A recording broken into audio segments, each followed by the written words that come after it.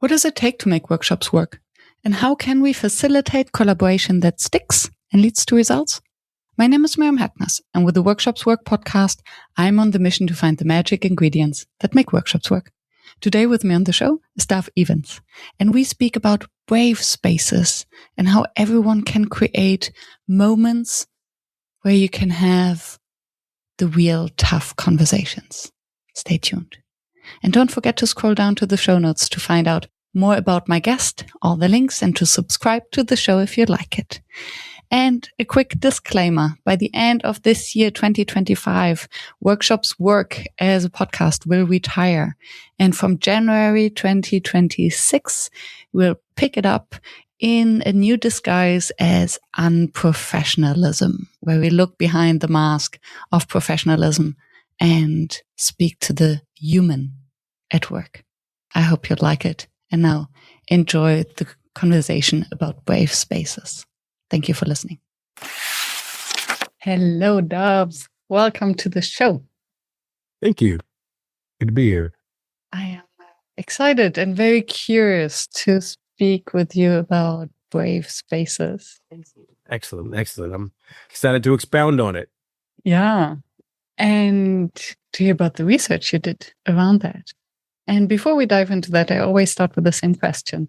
When did you start calling yourself a facilitator? Actually, do you? I do. So I probably started around 2007 when I first started my first iteration of my consulting business. I don't know that I started with facilitator, but I feel like it was kind of thrusted upon me as I was figuring out the services that I offer, kind of what I do, and I guess kind of where I belong in that space of consulting, facilitation, teaching, speaking. And I know I stumbled upon that at some point, and it just stuck. Yeah. And I think it adds so much to the presence of a consultant if there is some facilitation to it, because then it suddenly means that you're not only telling the client, but actually involving them in the solution process, I assume. Absolutely.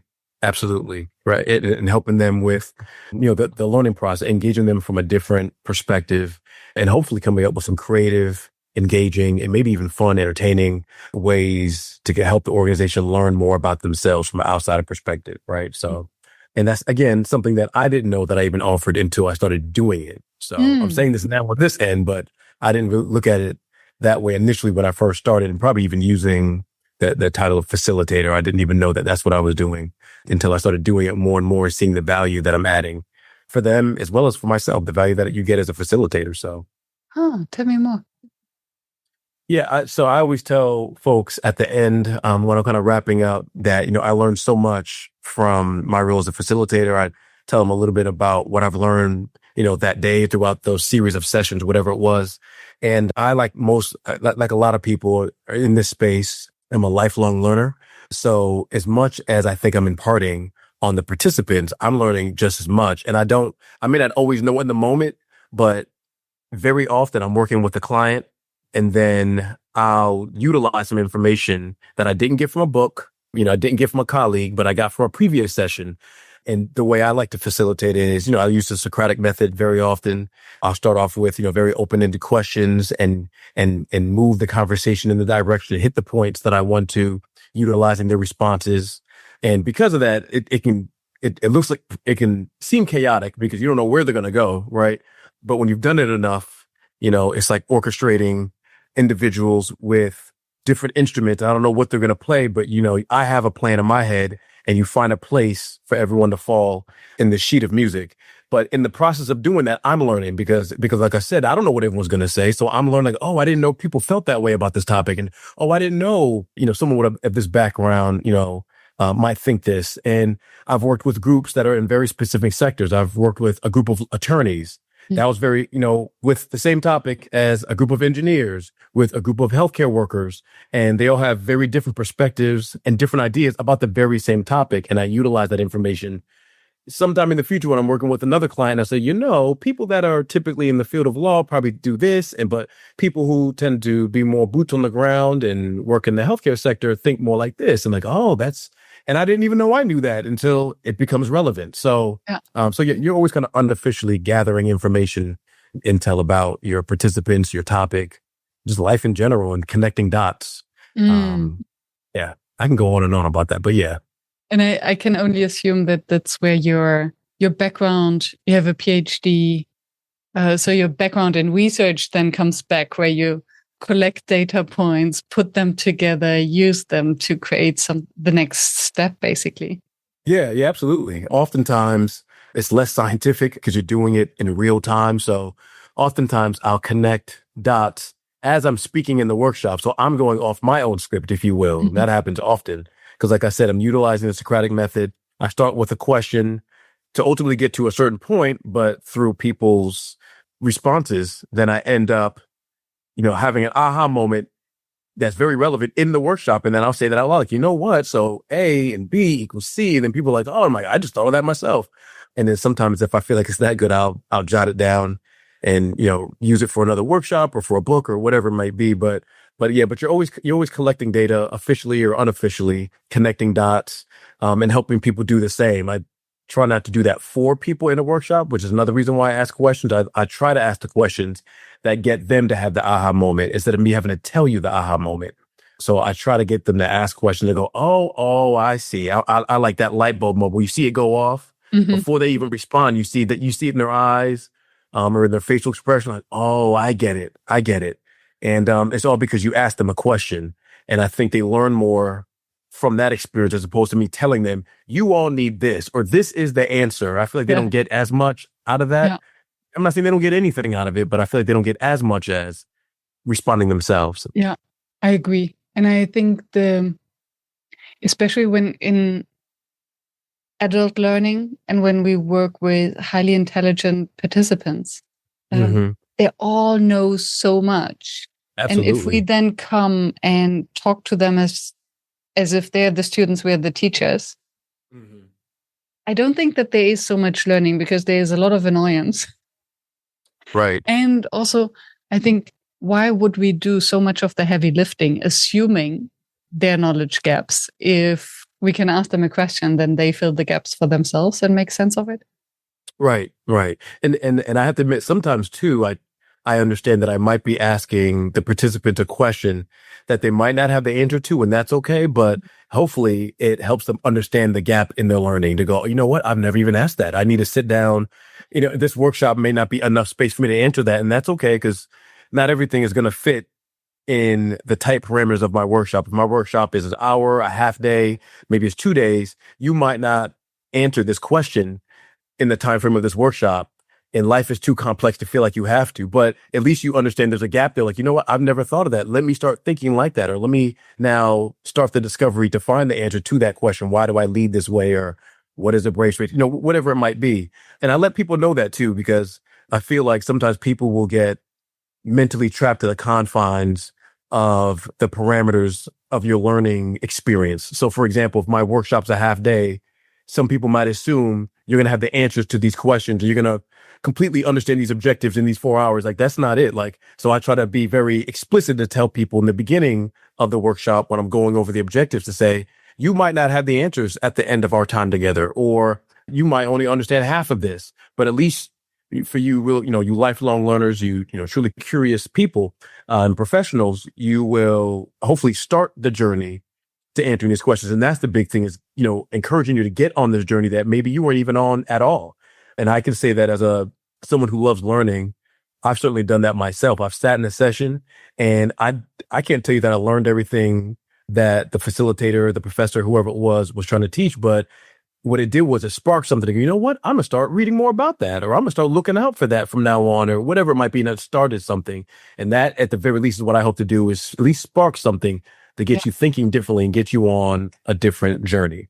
I love the philosophy in that we cannot teach everything in that time anyway, and they will, as a matter of fact, they will forget most of it. But if we can plant a seed of curiosity, if we can spark the interest in them in that session, so that after the session they do the learning themselves, I think then we have achieved the goal. Because, to be honest, most of the content that we can teach in a session, they can also find somewhere else. Absolutely. The curiosity and this kind of little Kickstarter to get them going, that's something that's unique to the session. Absolutely. Absolutely. How did you get to the topic of brave spaces? Miriam, that's an excellent question, because that the answer to that really plays off of what we just talked about. So I was a participant in a workshop a couple of years ago, and it was about having tough conversations. And one of the other participants brought up the idea of a brave space. And I'd never heard that before. I heard of a safe space, and that's what just kind of intrigued me. So I just jotted down that term because a participant just made a quick comment about it. No one else said anything about it. So I wrote it down for me to explore that more on my own later. So anyway, so fast forward maybe, I don't know, a month later, a couple months later, I just did some light research on the topic, and one of my clients contacted me and said, hey, we're having a retreat. I would love for you to do a workshop for my group of leaders.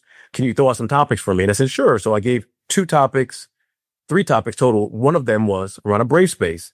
And the other 2 topics I've done 1,000 times. And the brave space I had not done before. I'd researched and read about it and things of that nature, but I hadn't, built a workshop on it before. And they said, of course, when they chose the workshop, it was the brave space. I was like, oh, of course, the one that I haven't done is that one. But I was interested in finally, creating something around that and seeing how it applies, because almost to my point earlier, as much as I would love and was eager to teach this group of leaders about a brave space and how it can apply to the way they lead, I was also eager to hear feedback and learn myself. Like, tell me more about how this applies to you. Tell me more about how challenging conversations may use a space like this. So that's how I stumbled upon that topic. And that's how I started designing things around a brave space. And then I loved it. That first workshop, I loved it. That the participants seemed to love it.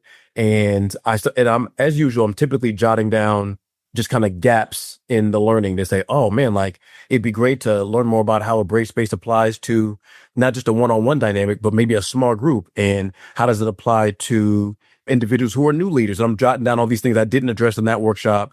And then I'm building on it. And I did another workshop on it, and it's kept growing until I decided to just kind of jump all in. And maybe about a year ago, I started a deep dive on all the literature. So for those folks who are, familiar with what it is to, get a doctoral degree, you have to do a literature review, essentially, where you read all the scholarly, articles and things of that nature on the topic. So that's what I did around a brave space. So it was roughly 70 something articles, roughly.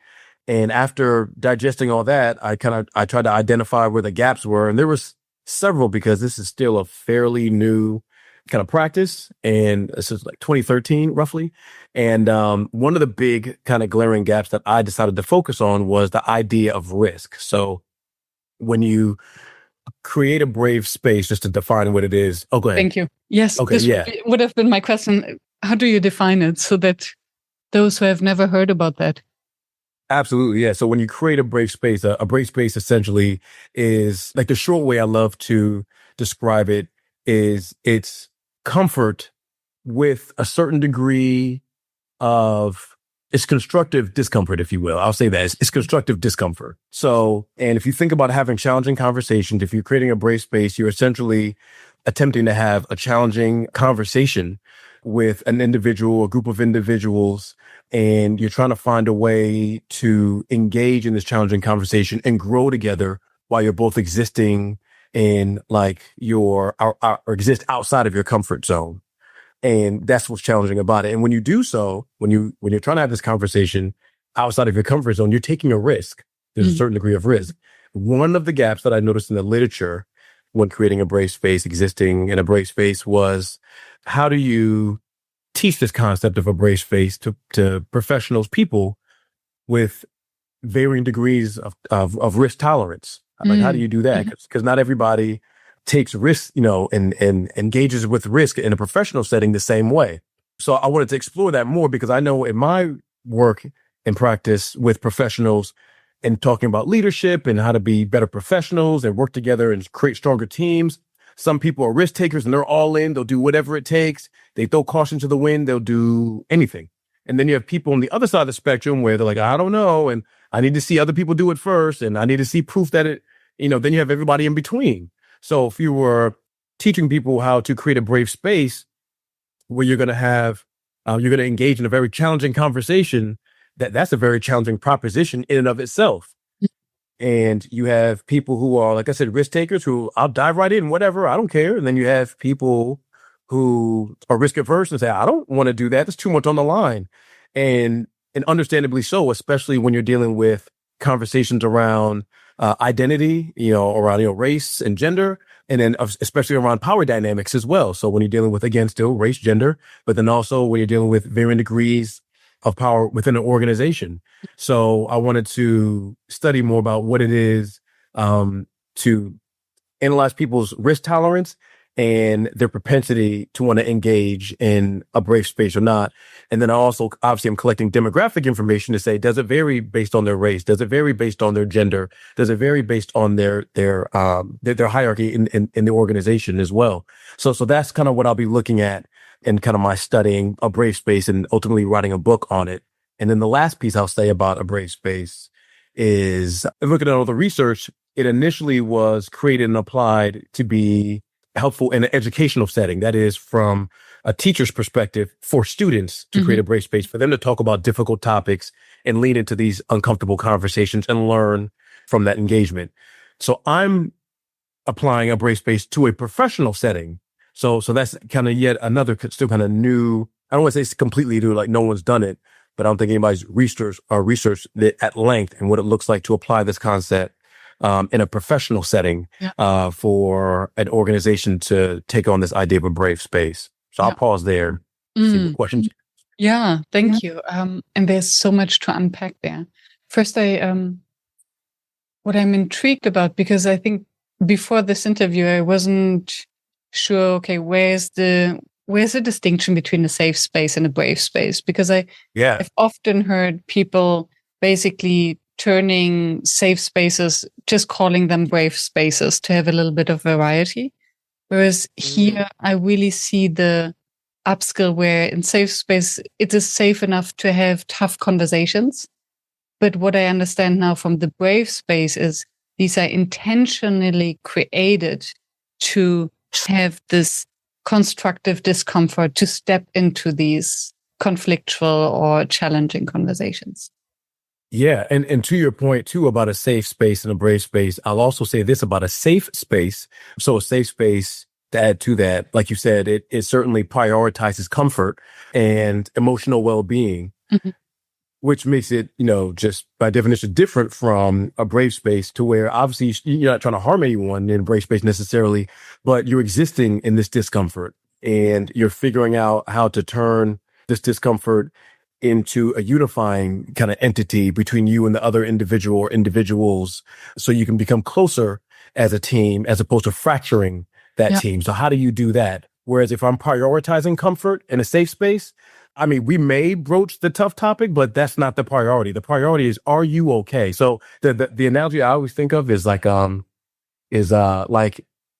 think about like running into a burning building. If you see a house on fire, a building on fire, and if I am taking a safe space approach, I want this individual to exist outside of this burning building. And I want to ask, are you okay? Did the fire affect you? Are you even hot just standing outside this burning building? Do we need to pull away even further? Because I'm trying to make sure you're okay so you can do whatever, so you can share, so you can, whatever it might be. In a brave space, I'm going to invite someone, because in a brave space, you invite people to it. You don't tell people. So I'm going to invite this person, hey, there's some things we need to tackle inside this burning building, which is X, Y, and Z. How do you feel about partnering with me, putting on these fire coats and going inside and tackling these tough topics? And hopefully when we come out this burning building, you and I be a stronger team together, and we'll know more about each other because of it. What do you think about that? Right? That's very different from the safe space type idea. Yes. I think I have a different understanding of a safe space and would not want to go on the tangent to discuss about safe spaces and definitions. And I would like to focus on the brave spaces. And I love the image that you have created, that the brave space means putting on the coats and going into the discomfort, because that is the goal. And So that's the target. And I would be curious about a few things. One is, who is responsible for creating it? Because it sounds a little bit like you don't want to have the brave spaces all the time. It sounds like something that you intentionally do to practice something, because it sounds as if it increases your stress response. Yeah. So it is high adrenaline. It is something to create maybe a muscle. It's like a high intensity training, right? It's like a gym. And you don't want that all the time, because otherwise you burn out. Right. Or you fall into the stress response and then you become, you create conflict that you cannot manage, that overwhelms. So who is in charge of creating it? And how do you invite people in? Can you opt out? There's so many questions. Yeah, absolutely. Absolutely. So who is responsible for creating a brave space? Everyone can create a brave space. And in an organization, ordinarily what you want as you're trying to set the tone for culture, you'd want that tone to be set ideally by leadership, right? Now, again, anyone can do it, but ideally in a perfect world, you would want leadership to first exhibit what this looks like. And you want leadership to take the lead on setting the culture for, creating a brave space and, identify when a brave space is needed and take the initiative to create a brave space. Again, in a perfect world, but realistically, anyone can create a brave space. And I think one of the checkpoints, if you will, this goes to your second point, can someone decline necessarily? So one of the checkpoints that's really helpful is the fact that when you create the brave space or attempting to create a brave space, the other person who's being on the receiving end is essentially being invited. So that means, yes, you can decline. You can say yes, right? Or you can say no. And I think that does a couple things. Number one, it creates a certain intentionality around the brave space because the person was invited and it wasn't thrusted upon them. So we can think of anything, especially in a professional setting, that was thrusted upon us, whether it was an argument or a project you didn't really want or feel like you're not ready for. And think about, like you said, how you have a heightened sense of maybe anxiety or, a flight response, or, you're essentially not at your best when you're going to tackle this very challenging thing. Whereas if I invite you, you're hopefully more likely to be more calm, take your time to think, gather your thoughts and emotions. You can even take time to think about it. You don't have to give me you don't have to come up with an ultimate yes or no in the moment. You can say, thank you for sharing that. Can I share with you this, at the end of the day or tomorrow, right? Take some time to gather yourself in doing so, because then the other piece is, if you do say yes, now you're getting a committed person, because I had time to think about it, process my thoughts, my feelings, and now I'm committed with you or these people in creating this brave space and tackling this challenging conversation. And then when you ask the question of who is responsible for creating the brave space, one pivotal piece that I'm also looking at, and kind of partially we'll get some answers around this too in my data, but we can already see this dynamic when it comes to power dynamics in the workplace, right? So when there's a power differential, I think a lot of us have seen the dynamic where in an organization, the people with the power are the least likely to talk about power. They wield it, they have it, they use it. It's no big deal. But they're less likely to, explicitly to talk about it, versus the people without the power. Don't they often talk about power? Like, well, why do they get to make these decisions? And look at them, they get to do this. So if I'm attempting to create a brave space, depending on which end of the spectrum I'm on, with or without the power in this dynamic, let's say it's a one-on-one dynamic to keep this the example simple. If I'm the one with the power, then I want to create the brave space in a certain way, because I'm stepping into this dynamic with the power. Even though it may not have been said, it's known in this dynamic, I have the power. So I need to address that, or else it could be construed a certain way. Versus if I'm the other person, I'm the one without the power attempting to broach this very challenging topic, then it needs to be started in a different way, because I don't have the power in the scenario, but I'm still attempting to start this very needed and important conversation with this person who in this dynamic has the power, right? So both can do it. They would just go about it differently, because in this setting, in this organizational setting, we're on opposite ends of the power spectrum, if you will. Yeah. Does that make sense? Yeah, totally. So 2 follow-up questions. One would be whether it is a specific terminology that people would apply. So would they specifically say, okay, I need a brave space to tackle that. And would you like to join me? So that and then as a follow-up question, is there kind of rules or a playbook? Okay. So, because now I imagine it like a dōjō. Yeah, absolutely. Absolutely. Let's go into the dōjō, and there are very clear rules on how you behave in the dōjō and what you do and what you don't do. Right. Essentially rules of engagement. Right. Yeah. So first to your question about the terminology, yes, there's not, so in the scholarship, there's not necessarily specific terminology that needs to be used when you're creating a brave space. When I've been working with clients, I talk about how helpful it can be when you are essentially trying to inject this new idea into your culture. Mm-hmm. It helps to have identifiers or cues so people know like what we're doing, right? Because more than likely in a particular organizational culture, you already have that. There's certain buzzwords or phrases you can use and people know exactly what that means. So it would be helpful when you're going to inject this new idea of a brave space in your culture to also have some terminology to go, oh, I know what we're doing now, especially when it's new. So oftentimes I will talk to clients to say, for the person who is initiating the brave space, this is an example, they could say, I've been thinking about an incident around, pay inequity that I would love to talk to you about. I'm going to attempt to be, brave and have a conversation around A, B, and C, with regards to pay. Is this something you would want to partner with me with? So if you heard the word brave, like, oh, I'm going to attempt to be brave, that tells me a couple of things. Oh, we're doing this. We're trying to create a brave space. But also you said you're going to attempt to be brave, which is almost, demonstrating, your vulnerability because, you're attempting to do this right as of now on your own. Because I haven't even said I'm going to join you yet. So you're kind of being vulnerable, putting yourself out there. And I recognize that and I can respect that. I can still accept or decline it if I want, but I recognize what's going on and I see you're attempting to be vulnerable in this moment too. And because you use that, now we can start to create this brave space. And then to your second part where you said, are there like rules of engagement? That's part of what I'm creating. What would that look like in an organizational setting? What would be the rules of engagement in a brave space in a one-on-one dynamic? And because that can be very different from engaging a small group for leaders that have like a small team. And then that can be very different for a large group. If I'm a CEO or president talking to hundreds of people that I can't really hear people's reaction to. So one, I guess I'll say rule of engagement, if you will, in a one-on-one dynamic is addressing the power differential that exists.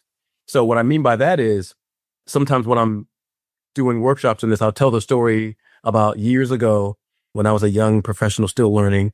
I used to be in charge of organizing graduations. And the first year that I organized a graduation for a college is very difficult, first of all. So anybody that does it, that's listening, shout out to them. Anyway, but so it's very challenging. And the first one that I did, Miriam, that thing was horrible. That everything fell apart. And I mean, everything. So at the very end of the graduation, I had this long list of notes of things I would do differently. So that is to say, I'm already thinking about how I would change my approach. Just then the president of the university, who I'd never met before, I knew his name. I seen emails from him, but I never met him or talked to him. He came up to me. And so this is our first interaction. He said that was the worst graduation I'd ever seen. Be in my office on Monday. And a lot of my participants have heard this story already, but so they know how it ends. But my point is, in that moment, I'm a lowly operations worker who's trying to put on this graduation for the very first time. And this is the president of the university who's telling me this.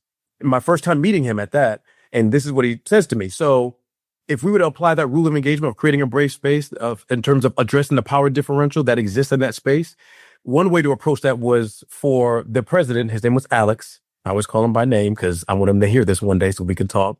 Alex Hernandez said to me, he said, he came up to me and said, or he could have said, hey, look, that was a rough go at this. I see what was going on. In my position and working in this university space for, 15 plus years, I've come in contact with a lot of people in your position as well as other positions that influence graduations. How about you come to my office and I can use some of my contacts and leverage some of my resources to help you do better in the next go around next year? That still would have been somewhat intimidating, but I would have felt supported and I would understand better how he's going to use his power as he's addressing me for the first time. The president is addressing me and I'm like, oh, this person with his power is coming to me. Yes, he recognized how bad of a job I did, but he also is going to use his power to leverage the resources and contacts to help me do better on the next one. So now I have a different understanding of the level of engagement that's going to occur in the next meeting when we do meet on Monday, as opposed to that was the most horrible graduation ever. Meet me in my office Monday. Because of your title and because it was left so ambiguous, I'm thinking I'm going to get fired. I'm like, oh, so that whole weekend I'm calling people like, you know, somebody who has a job. So again, if you're in a dynamic and trying to create a brave space and you have the power, you definitely want to address that. Knowing that I'm the blah, blah, blah, I'm the title, this is the power, or this is the influence I have over this project, whatever it might be. This is how I plan to use it in the context of this conversation. Like, okay, now I can be at ease because people are always trying to read whether you're friend or foe. Yeah. They're trying to read your facial expressions, your cues. And of course, in an organizational setting, I'm going to take into consideration your title or the influence you have over, you know, my position or my project or whatever it is. So if you could explicitly tell me how you plan on wielding this power in the context of this conversation, that's one rule that can potentially put me at ease. And if I still have questions around it, you would, if nothing else, open the door for me to ask questions about that. Like, oh, so you're telling me, are you going to do this with it? Oh yeah. Now we can have a conversation around it. Versus if I don't say anything about it, then it's just left for me to guess. And people would typically imagine the worst in those situations. Yeah, for good reasons. Yes. And it's incredibly stressful. Yes. And I thank you for the example. And we would live in such a beautiful world if those in power would be so distinguished in their communication, because I think the same can be true in any organization for a junior project manager messing up the first project and then suddenly a director leader coming to them saying the same words basically. And what came up for me is that for the president, this conversation isn't brave, right? And I wonder, or no, let me put it differently. Using the words that he used in the real situation, like, this was the worst graduation, come to my office. Right. This is the opposite of brave. This is using the power against you to show you that you were wrong. It would have been brave to show some humility, like, oh boy. Mm-hmm. I made similar mistakes when I was young. And suddenly it becomes brave because it becomes human and vulnerable. Absolutely. What I loved in your previous example, the wording you used, I would like to make an attempt of being brave. And the vulnerability that is in just this sentence, because it shows that I want to talk about something that I care about, because otherwise there's no need for an attempt to be brave. It means I acknowledge that it's difficult because otherwise I don't need to be brave. Right. I'm acknowledging that I'm about to do something that is difficult to me. So I'm trusting you in that. And I invite you to join me in that. But suddenly it's like reaching out the hand, like, okay, I'm trusting you to be in this risky space with me. Yeah. And I think this sentence alone, if we could use it for any feedback conversation. Yeah, right. It'd be helpful. It would be very helpful. Because I think even managers who have to have a difficult or a negative, not to use constructive, negative feedback conversation or evaluation with someone. It's also brave because it's difficult. Yeah. Thank you. That was just everything that was going on in my mind when I was hearing you speak. But maybe to come back, how do you then overcome these power differences? Because for the president or the leader, it's clearly not brave, at least not if they are hiding behind their power. If they're hiding behind their power. So having the conversation, broaching the tough conversation in of itself requires quite a few elements that I think are important. And regardless of your title, regardless of who has the power in that dynamic, it can be quite disarming when you do a few things. Like one of them, like I just said, was addressing the power differential. That was one of them, right? Explicitly doing so. Because now it becomes evident to both parties how the power can be used to help, the conversation along. But then also, if one or both parties are still unclear, we can have a kind of conversation around that. Well, help me further understand, Mr. President, how you're going to, whatever it might be. The other thing is, there's, like I said earlier, there's a certain degree of risk that's being taken. And when the person who is attempting to create the brave space, when they show that they are taking a risk, it hopefully underscores another point that I often hammer home with my participants, which is brave work is messy work, right? So that is to say, I understand that more than likely it's going to be messy, which means I'm going to trip and fumble and mess up. I'm admitting that. I'm not saying I'm about to do this perfect process that's going to work harmoniously with what you have to say and share. It might not. And same thing for you. And I admit that. And that's, but it's okay. I'm still willing to do this with you or this group of people. The other thing about brave work is messy work is we might not come to a conclusion in one conversation. So let's go ahead and throw that out there. This may be a series of conversations. I said earlier, your response to wanting to join me in this brave work may not happen right now. That might take a day or two or whatever, a weekend, whatever it might be. So brave work is messy work and that's okay. And I think when somebody who does have the power in that dynamic is willing to engage in this messy work, I think you have to almost kind of humble yourself in that, right? So if you choose to accept, it's like, I'm willing to get down in the mud with you. So that in and of itself is almost kind of humbling. So imagine if, in my example, if the president would have done something along those lines, how that would look to someone like me to say, man, this person of this stature is taking the time to get down the messy work and in the weeds of what we have to talk about.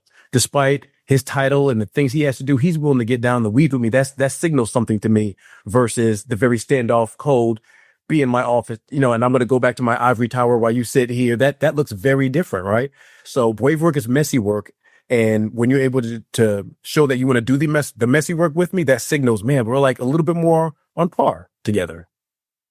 Oh, it's so obvious and it's a bit duh, but how often people would call others in their office to basically lecture them about their mistakes. And it's such a waste of energy and kind of positive vibes, learning opportunities, creativity, where they could use the exact same amount of time. Right. To actually co-create a solution to make it better, to use, as you said, the potential of the power difference. Yeah, absolutely. And instead it just becomes this channel to offload anger, basically, and disappointment and frustration. Absolutely. Yeah, thank you. I just realized how sad that actually is. Yeah, right. Another, I think, element that really helps with the power dynamic when you're trying to create a brave space is also just a certain degree of emotional intelligence. So obviously with brave work, as well as specifically with emotional intelligence, that is more so of a journey. Obviously, there's not just like a destination, like I've arrived and I have it, I'm flawless with it. That's not the case. We're all trying to grow. But when someone realizes that there is a growth opportunity with their emotional intelligence, and even more specifically with mindfully listening, I think that really helps because typically, for example, think about for yourself, Miriam, as well as anybody listening, I'd be curious to have folks think about how you typically feel or how you felt the last time someone approached you with a challenging topic. They like, especially when they did it in a gentle way. I'm not talking about like how Alex did it when he was like in my office. I'm not even talking about like that. I'm talking about if they just come to you in a gentle, just honest and vulnerable way and say, okay, I'd like to talk to you about something you said yesterday. I can just say that part. I didn't even tell you what you said. And the person probably starts feeling something. You're right. Their heart starts racing. You start getting warm, right? I didn't even tell you what you said yet.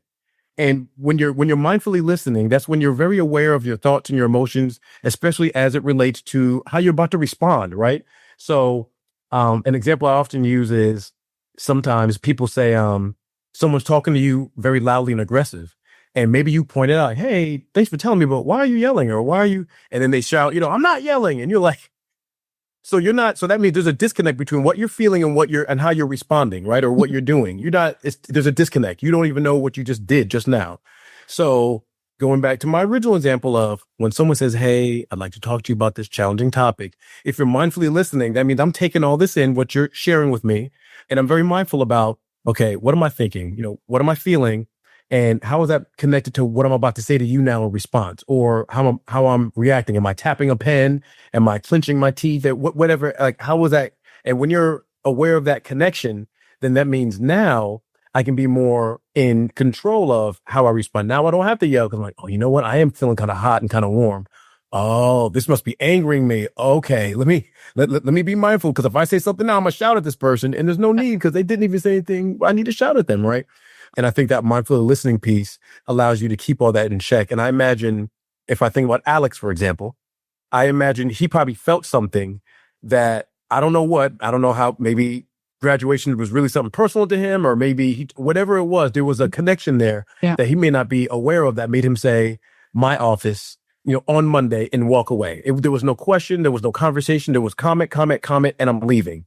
And there was some emotion attached to that. And I don't even know if he was aware of what he was feeling and thinking. And to be honest, I don't think I was aware of in the moment what I was feeling or thinking. It was only many years later. Yeah. It's funny. So last podcast episode with Miriam, she was speaking about exactly that. And she said, stressed people are stupid, right? Because our brains don't function anymore. Right. So I'm not shouting. That's where the disconnection is, right? Because also we don't sense our emotions anymore. We don't sense our body anymore the moment we're in fight, flight, freeze. Yeah. And we rarely control our triggers. How funny if Alex would say, oh yeah, graduation was the big moment because I was the first family member in our family who got to graduate. And it was the first time that my father told me that he loved me and that he was proud of me. And that's why it's important to him. Absolutely. And poor you ruined that for him. I know, until I ruined the whole graduation for everybody in the world, right? Yeah, because I think, honestly, 80% of all these feedback conversations is someone projecting their own stuff on someone else. Right. And then as long as we cannot calm down their nervous systems. Yeah. And then have the conversations to really address the matter of fact and leave all the stories out. We cannot achieve anything anyway. And then honestly, that does create a bit of a conundrum, Miriam, to your point again earlier, or your question about, what does this look like with folks that have the power and things of that nature? On the opposite end, for the individual, for the professional attempting to broach the topic or feeling like they need to broach the topic who doesn't have the power. I think about people of color who are working in predominantly white spaces, for example, or, if you talk about women, or if you talk about transgender, so on and so forth, folks who don't traditionally have the power in some of these spaces, you're asking for them to take a disproportionate amount of the load to create this space, because not only it might be the fact that I don't have the power in title, right, for the organization, but also just in society. Like, again, if I'm a person of color or something along those lines, and now you're asking me to broach the topic around a microaggression because, I'm Black or something along those lines. And that can be even more challenging. And for some people, I'm a Black male. So I'm thinking about, let's say, other Black males, Black women, for example, we've more than likely have already done that a lot, right? So if I've already done that all throughout my educational career and through a vast majority of, my professional career, and now I learned, if I'm being critical of myself, I'm sitting through this workshop of a brave space, and now you're asking me to do this work, this messy work that more likely is going to occur with, let's say, with this white male who also has the power in title as well. And you want me to do this again? It's like, and this white male is like, I haven't even had to do this. So technically, you more than likely have more runway, if you will, to do this because you haven't had to engage in these spaces as much. While I've already done this maybe not a brave space, but broached these conversations 1,000 times. So I'm tired and I don't want to do this. So now I can see why some people might sit back and go, I don't want to you do it. You have the power. You're the white male you've had the privilege or the advantage to not have to broach these spaces. So you're not as worn out as me. So you do it. I don't want to do it. I'm gonna sit back and I'll let this department burn unless you are brave enough to step up and you set the tone. So it's having those conversations that can become extremely challenging, and there's no one size fits all. There's no one answer, but that's what I'll also be attempting, again, like I said, through my research as well as through my experience and as I even continue my research with interviews to what that work can look like when a disproportionate amount of the burden can oftentimes be placed on the marginalized, individual, if you will. So what would be your advice in this case? Because I think, yeah, exactly. How do you approach such a conversation? How can you invite in a brave space also to take the disproportionate risk? Because as you say, you're marginalized, you're already at risk and feeling vulnerable. And then if it's especially addressing maybe an harassment or setting a boundary. Setting a boundary. Yeah. Yeah. What would be your advice to do it in a way that is constructive and most likely to get to a, yes, I want to join you in this brave space? Right. I think again, there's no one size fits all, but speaking about my personal experience, I would say to still initiate, for the person of color or that person that feels like they don't have the power and they're already worn down and worn out by having these conversations, still invite the individual to create that brave space, because creating a brave space opens up the channels to have that conversation around. If we engage in this work, again, if I'm using the running into a burning building together analogy, I would tell, I'm a Black man, so I would ask the white male CEO to say, hey, okay, I want to run into this burning building so we can save the organization, the team, our professional relationship, the project, whatever it is. But I have to admit, I've run in that building 1,000 times. So I have to admit, I'm not gonna be running as fast. So here's where I'll be beneficial. I'll be beneficial in this tandem in pointing out some of the blind spots that maybe you haven't noticed because I'm a person of color, or because I currently work in a department you haven't been in 10 years, or whatever it might be. So here's where I can be beneficial. Here's where I'm not going to be beneficial. I'm not going to be as beneficial maybe when it comes to being honest about, pay inequity and how it relates to the organization, because I've already seen it and I don't want to talk about it for 100 times. But you know what it is, and you can certainly be beneficial, again, if you so choose to accept the invitation, right? So this is what you're accepting. And if they accept, then hopefully they'll be okay with, if I'm going to quantify it, dividing it up 60-40. I'll do 40, you do 60, because, we're going to have this conversation.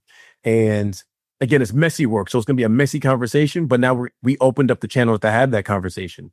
This is the conversation that more likely wouldn't even be had if I wouldn't, if I wouldn't invite them into this space. And what I would essentially be doing is, saying it's okay to maintain the status quo. Like, let's just, I guess, keep doing what we're already doing, which I'm not happy with that either. But it's to say, yeah, let's do this work. But here's how I can be helpful, based on my background and based on what I've seen. I can be helpful in this way, not this way. Yeah. Can you fill in those gaps? Yes or no? And we can take it from there and negotiate, if you will. Yeah. And what I hear is lots of clarity in the terms and clear boundaries. Okay, so here's what I'm up for. This is what I'm offering. This is what I'm not offering. What else I would do, right? And this is a potential objective. And here's what's in it for you. Right. So to be very explicit in what it's about and what it's not about, and thereby also maybe mitigating some of the risk of taking the first step. And it might, and to your point, it might not be, you might not see the benefit right away, right? Because the person you're inviting might say no. They're like, no, that sounds like too much for me. But what if it pays dividends later? Because that vulnerability that I saw, I can't unsee that.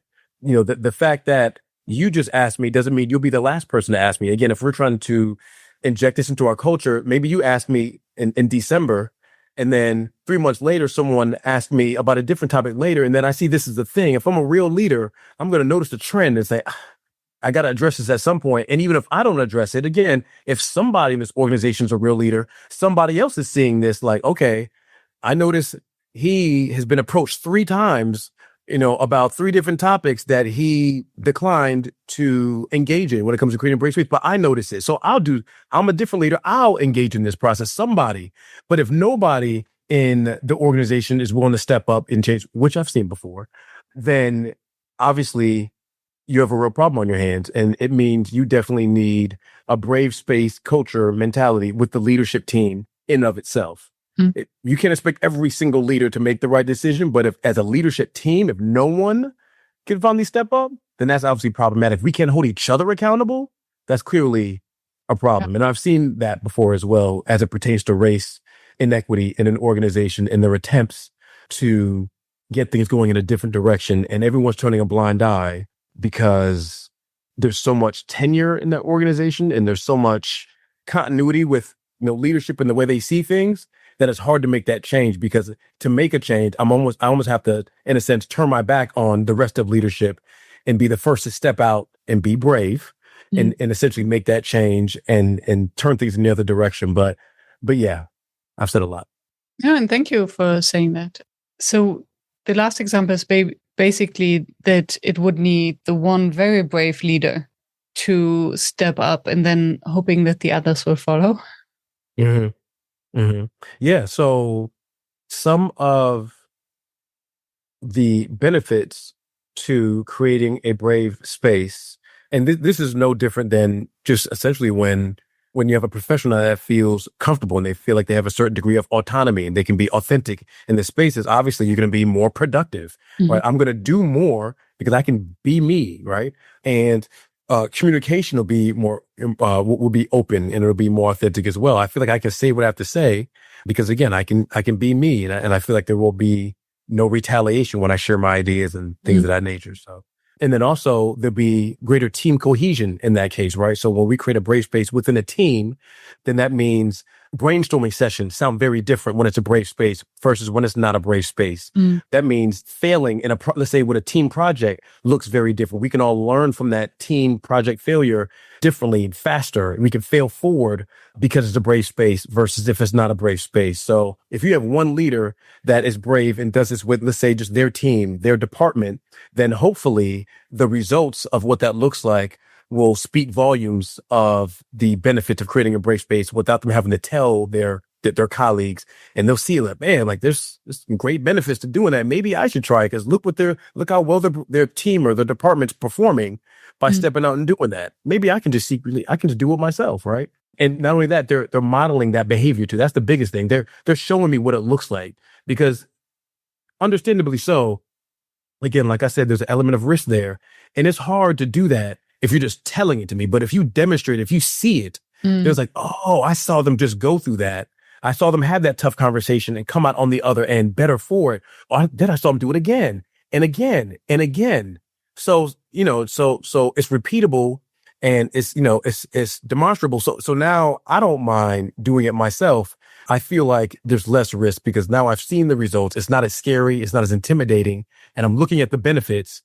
And if I'm a real leader that wants real results, you have to do what's working, and that seems to be working over there, right? Yeah. But someone has to do it, right? Someone has to do the work. So in your workshops and when you work with teams, what are the obstacles that you notice? What is in the way? Because it sounds like, of course, we all want that. What is holding them back? And what can you do about it? One thing is, that we talked about was power, right? So the idea of maintaining, I guess, your facade of power and what that looks like, because understandably so, people don't want to be, I guess, what they would consider vulnerable or too vulnerable to where it looks like, oh, now it looks like you don't know what you're doing, or now it looks like you're just a regular human, or you have questions too, you have doubts too. So that's one thing that holds people back, is like, I don't know, I'm a leader in this organization. Do I really want to admit that I don't know something, or admit that I get angry, or admit that I have anxiety, or I don't want to admit that, right? So that's one thing, that facade of power and wanting to maintain that can certainly be holding individuals back. That, again, that's risk, that's vulnerability. There's a lot of things, there's a lot that goes into that. And then also patience also holds people back, because it's not a quick fix. Obviously, this isn't, it's like I said, brave work is messy work. So more than likely, it's not going to happen overnight. It's not going to be a quick fix. And oftentimes, like we were talking earlier about how in a workshop or in any type of learning experience, more than likely the participants aren't going to learn, everything that you're sharing in that workshop, everything in that learning experience. And oftentimes the art of facilitation and the art of designing, a workshop or curriculum, things of that nature, is going to run contrary to the needs of a business. Like, yeah, teach us how to dismantle racism all in Q1. It's like, that's not how that works. I understand You have a time limit. I get it. I understand you have a budget. I get it. But, there's more, to it. So one of the obstacles is going to be the patience piece. Like, can you do this all in Q1, or can you all do this, can you do all this work in a year, whatever it might be? And it's like, no, it might take longer. So there's going to be a certain degree of patience, and we'll have to be creative. And how do we wrap this brave work around your financial constraint, or wrap this brave work around your calendar, your leader's calendar? Everyone's busy, whatever it might be. So that's usually another challenge. Oh, everyone's busy and all over the place, or we only have, Q1 to do it, and that we only have a month available, whatever it might be, or we only have certain funds to do this and those restraints. So we try to work around that. And to your question too, I just created a Brave Space leadership cohort that I'll be starting next spring. And I specifically designed it to be flexible, because I understood that was one of the constraints, which is, how do we do this work and bring everybody together for a workshop? Well, you don't have to bring everybody together. You can just bring an individual from different organizations. You can bring one person from this organization. I'm asking another client to bring one person, so on and so forth. And now you have this group of leaders from different spaces, right? So it's accommodating based on your schedules. It's every other week. So it's not like a dedicated 4-hour, or it's not, a long week long. It's every other week for 90 minutes, very intentional. And it's designed around specific issues that the people in that cohort are experiencing. So hopefully by the time you come out of that experience, we have discussed your specific situation and how a Brave Space can help your very specific situation. So you get a lot out of that. And there's a lot of introspective thought that's going to go into it, because we're talking about you and your situation to a certain degree. And it allows you to also listen to someone else's situation and be on the outside looking in and go, what would I do in their situation? How can I apply that to what I'm going through? Right. So hopefully that allows people to still get what they need and be patient around seeing results. Because again, I understand doing this work, like a lot of facilitators, I'm sure see the same thing. It's hard to schedule your work around people's schedules and things of that nature. So. Yeah. And what becomes more and more apparent to me is really the relevance of getting permission or the buy-in from the other person. Because otherwise, if you assume that you're in a brave space, and because it shapes the way you speak, right? You might be more blunt, more direct, less sugarcoating, because you assume, okay, we're in a brave space, so we can have the tough conversations. If the other person is not aware of it, it might come across as bullying. Right. Yes. Right? Right. What are the safety measures in this? So I'm thinking of when we're in a sparring. So we're in the dojo, we are sparring. Yeah. And then there's always time out. Yeah, safety word, like, hold on. Safety word, yeah. Right, so that's a good question. And Miriam, do you do any sparring by any chance? Do you do any fighting? I used to. Okay. I was like, fight you, bud. That's a good question, though. So there's quite a few that I'll be adding to this book based on what I've shared and experienced. And I know there'll be more once I'm done hashing out the research. But a couple of the things is, number one, being very explicit in the beginning as you are creating the Brave Space about the goals and the intention of the tough conversation, right? Because very often people can make assumptions and get mad. So if I say, hey, Miriam, I'm going to attempt to be brave here, and I would love to talk to you about a microaggression, that I noticed. You might start making other assumptions and getting really angry about it. And I might be talking about something different. I might be talking about something maybe not that you did, maybe something someone on your team did. And I want to partner with you to talk about that. But you made the assumption I was talking about you, and now you're all angry. But if I'm very explicit about, my goals and my intention in this conversation, like, oh, I know what you're talking about. It's nothing ambiguous. You specifically said you want to address a microaggression that someone on my team demonstrated last week. Now I know, okay. And you also demonstrated that you were very clear that you're not looking for any type of, retaliation or a reprimand. You want some coaching on how to best proceed on the project with this person. Oh, okay. I can calm down. I don't feel like you're coming at me now. I feel better. Thank you for being very clear. Or if I still don't get it, you've opened the door for me to ask questions now, right? Like, does that make sense? You go, wait a minute. Are you talking about me, or are you talking about someone on my team? Oh, you're talking about someone on my team. Okay, got it. Thank you for clarifying that. Another thing is too, you ask for consent to asking difficult questions. That leads me to that piece. So again, let's say we're talking about microaggressions. I'm going to that one. And I say, so, Miriam, I'm going to attempt to be brave here. And, I'm hoping I'll be able to have a conversation with you around a microaggression that I experienced last week. But in doing so, I have to admit, more likely I'm going to have to ask, it's going to require me to ask some challenging conversations around race and how it pertains to myself and the team, and also around how race may impact, the way my work is perceived and the way I'm perceived. How does that sound? Like, how does that land with you? And then now I'm asking you and letting you know that this is going to require me to ask some tough questions and things of that nature, some tough topics. How do you feel about that? Now you're like, man, that's kind of tough. Now you can say, I've never talked about race, or you like, oh, that's not a problem. I'm ready for that, or anything in between. But I'm getting consent to ask maybe some challenging questions around that, and you can tell me if that's okay or not, or if you need some space and some time to digest that first as well. Getting that consent is huge, and that's big in the dojo. Yeah, I love that. It reminds me of a trigger warning. Right. For some videos, you're like, okay, so in this video, you might see if you have experienced anything with XYZ, maybe you don't watch. So it's right. They want to have a conversation about this. Right. And then it's like a trigger warning, because if it is a conversation about race, the other person might indeed first want to take a moment to do some research, to realize that they actually never had such a conversation. And they might not be aware of their unconscious bias. And then a little bit of preparation might actually take a lot of the steam out.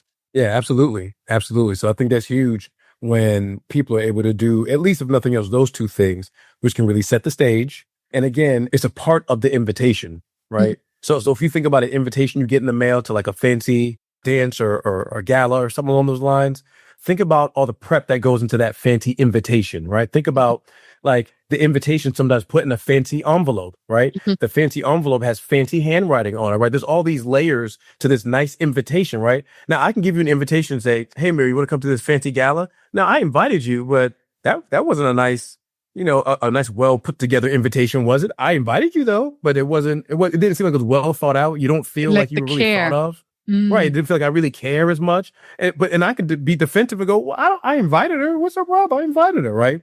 But some of these rules of engagement that you're asking about, the rules in the dojo, or some of the layers, if you will, that also help define like what this invitation can look like. So the other person feels like they feel like you care. They don't feel as threatened.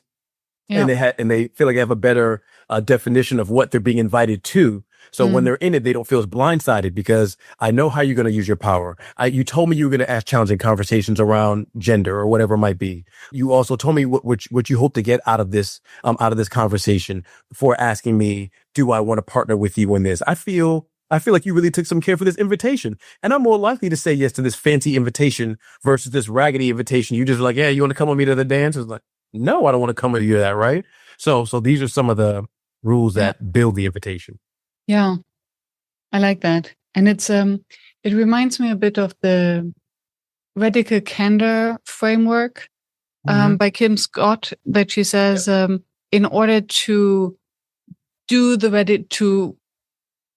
radical candor, you do need to care.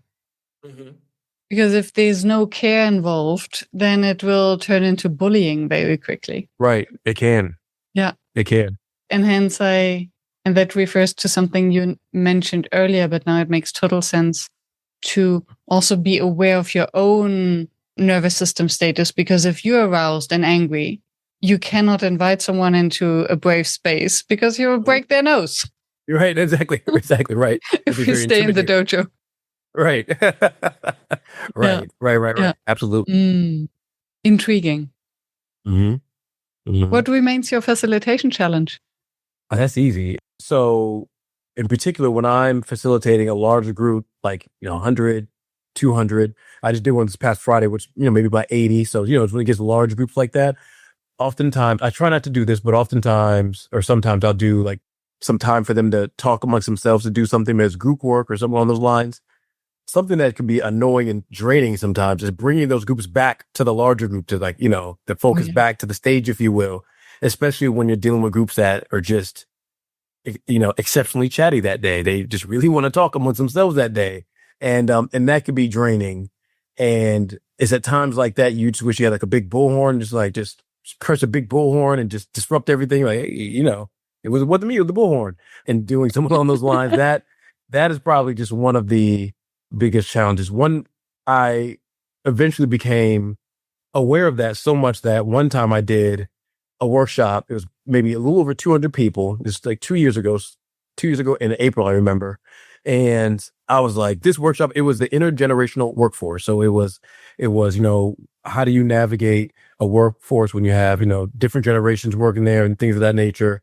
And I had all these great, breakouts I can do and all this. And I was like, this is not going to work with 200 people. It's just too far back for me to try to bring that many people back in. I was like, there's just no way. So the content was easy. It was like, how do I design it to where I don't have to keep doing that? Because I don't want to be doing that. I'm going to get tired. It was a 3-hour workshop. And I was like, I'm going to get too tired trying to do that. So I designed it to where even though I did all the activities we did were either all together. So I had things that we would answer, like I'd have like a true or false quiz and I'd get folks to just answer out loud to me. Or I love doing role plays because that the person on spot, like they're definitely locked in because now they're in front of everybody else, in front of, in this case, 200 people. So they're locked in, but then everybody else is looking because now they want to see how that person is going to do, like, oh, what they're going to say and what are they going to do? And now everyone's paying attention, but I'm still able to do like an activity that feels inclusive because even though it's just me and one other individual, everyone else is locked into what we're now doing up front. And I even did a couple activities where I brought a few people up front. I did like an activity where they had to pick a generation based on some questions and they had to stand in a certain spot. And, so everyone's moving around around the stage. So that was one way to avoid that. Cause I hate bringing everybody back to center when there's a lot of people. It's just draining. It's draining. So yeah. Yeah, it is. And especially if you have only 3 hours. Yeah, exactly. And then, the question is what would bring them back? What is the kind of the Easter egg that would motivate them to come back? Exactly. There's a lot of different ways that have been effective. Like with certain audiences, you can do like the whole clap method where, if you hear my voice clap once and then that gets some people, if you hear my voice clap twice and more people, and hopefully by the third time, like everyone's locked in now. So you can do that with certain audiences. Some, hyper corporate environments that doesn't work as well. So you might just have like a noise. I had one colleague that I co-facilitated with, they had a bell. And I was like, good, let's just use that. Let's use your bell. And we just did that. But then I felt like a Salvation Army kind of Santa just ringing the bell, every, time it was time to end. So it felt weird, but it worked. It was effective and I had to use my voice. So I've had some other ways too, but I think one day I'll just probably break down and purchase a horn. But that one workshop where I just brought folks up and did different activities that way, that was almost a masterpiece because it was nonstop. We kept it going. People loved that workshop. And I got so many referrals from that one workshop. I'm still getting referrals from that one workshop. It was done really well. But admittedly, it was only done, I already did it that way to avoid that one specific issue. But it ended up having other benefits unintended benefits. So. And isn't that's actually very interesting because it's one thing to avoid something that's uncomfortable and that we dislike. And it's another thing to do it creatively in a way that then even creates unintended benefits. Yes. And I think that's the beauty of admitting, okay, this is something that I don't like. It drains my energy. I don't want that. How can I design it differently instead of pushing us?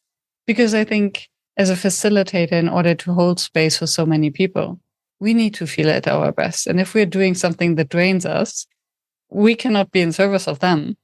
Right.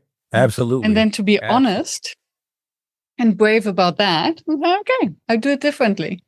Right. I like that. Good learning. Yeah. Yeah. What would be the advice that you would give your younger self when you just started the work? Oh boy. I'd probably say, there's probably a lot of things, Miriam. You shouldn't have asked that. That's a whole book. But if I had to pick one, I would probably say to be patient.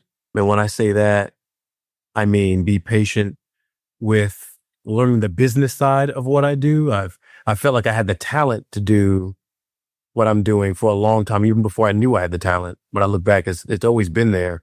And then people would always tell me it's there, but it didn't mean anything to me because I didn't know this profession existed. I didn't know this was a thing. So telling me I did really good in the presentation didn't mean it was nice, but it was like, okay. And then I didn't know you could make money off of it. So, but then once I knew this was a profession, in my mind, I thought I would instantly just make money once people saw what I did. And obviously that's not what happened. So that's why I would say be patient with learning the business of it.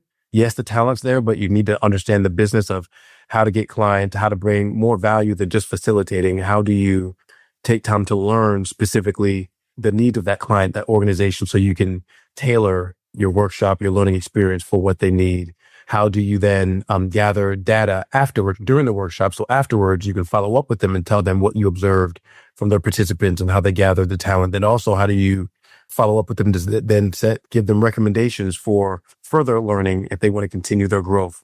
And I didn't know any of that. All I knew is I'm good at in front of people.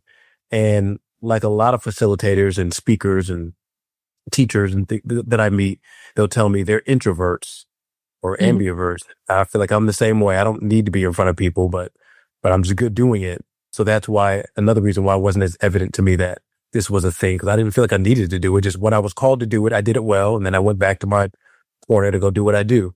So I needed to be more, I'm going to say more of extrovert, but more intentional with, again, seeking clients, what they need, connecting dots between some of the themes that I'm noticing, creating content, and, essentially doing what I'm doing now. Like this whole topic of a brave space came about because, again, of the thing I need to start learning how to do. Like when you hear an idea, jot it down, research the content. How does this connect to what my clients are seeing? And when I saw specifically talking about a brave space, when I read more about a brave space and what it is, I was like, man, a lot of my clients, this is what they need. This is what they're dealing with issues with identity and power dynamics and avoiding tough conversations and the issues that stem from not having those conversations at all or having them incorrectly. Like, yeah, this is what they need. So how do you design something around that? How do you promote that instead of letting them tell you what they need, which there's a piece of that, but then also saying, also let me recommend this, like learn how to do that. There was just a whole business. How do you know what to charge? And just, so all that, just, how do you tell them no sometimes when they say, hey, I need you to help me, I don't know, fix racism in my organization in 6 months. And instead of going, okay, how do you learn to say, no, I can help, but this is how I can do it. How do you find your voice to be able to say that? I would tell myself, be patient with answering all those questions and learning how to do all those things, because I didn't know any of that. I thought the talent's there, so the money should be there too. So, yeah. Yeah. Thank you. And thank you for breaking it down. I think everyone who has started building a business can relate to that. And everyone who thought, oh, I have a product. The most important thing is to have the product and not even thinking about selling the product. Oh, you weren't even thinking about it. Yeah. Weren't even thinking about it. Yeah. As you were speaking, I was just thinking, it's brave to go solo and to start your own business. Mm-hmm. And it's messy. Yes. Yes, it is. The brave work is messy. Yeah, the brave work is messy work. You'll Absolutely. throw spaghetti against the wall and see whether they stick, and you have to listen and to do the work. Yeah. And some people thrive in that space, though. Even though, like you said, it's messy.